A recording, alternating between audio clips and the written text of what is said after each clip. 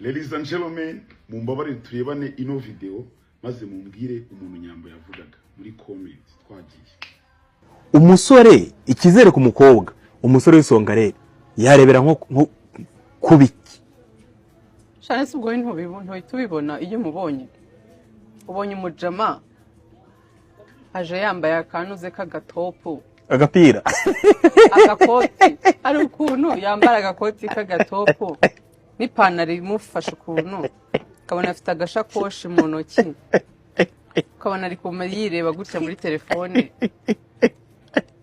Ntitubibona. Ntitubibona koko. Yapantaro kamufasha cyane. Yakana none hari amapantaro nsigayemo n'abambara. Akagufata hano yagera hasi. Agitarekura. Agitarekura. Shatse bimbora winsekeza kwinjira. N'agatopo hejuru. Mwikabona yambaye ipantaro igufasha nagira hasi karekura.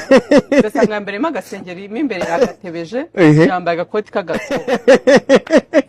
Afite n'agashakoshi mu ntoki.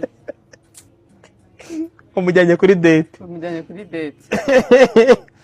Uzi yuko kubagira umugisha wo kugira aba mama wawe cyangwa aba papa cyangwa aba tante. Tante ashobora kumuha agatavuga ati nta mugabo murimo. Akikomereza akakureka. Akakwiho ariko buriya ntari pfana.